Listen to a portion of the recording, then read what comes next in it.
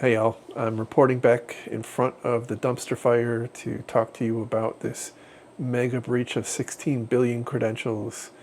As you've probably seen, this is pretty big news. However, the reality is a little bit different.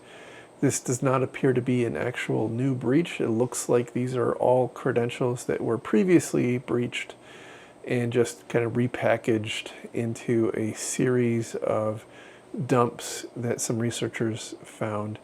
And unfortunately, there's some incentives for the bad guys to create these net new dumps and leave them in places that researchers can find them to get a name for themselves. I think this problem is going to get worse before it gets better, and maybe it doesn't. It doesn't ever get better. But there's an incentive to continue taking these massive dumps of credentials and lumping them together. And so every time this happens, there's more and more of them to combine into a new dump. And every time that happens, it becomes more and more difficult to quickly vet that these are in fact new credentials. So I think we're going to see more news stories like this in the future, not less. And they'll continue to be bigger. So we'll see, not 16 billion, it'll be 20 or 25 or 50 billion credentials.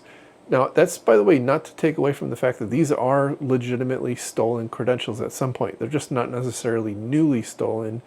They were stolen through things like info-stealers or from websites or web services that you have or people have used and didn't have proper security around them.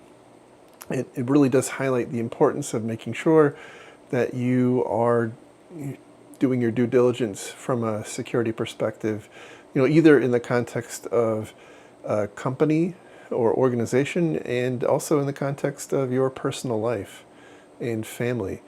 These attacks are real and they are hurting people. So don't take that for granted. If you have an opportunity, I definitely recommend using a password manager. Use different passwords on each site. Enable multi-factor authentication everywhere you can, and start using passkeys everywhere that you're able to. I personally would recommend you use passkeys inside of a password manager that is cross-platform. That way you don't have to worry about your passkeys being only on your phone or only on your computer. Take care.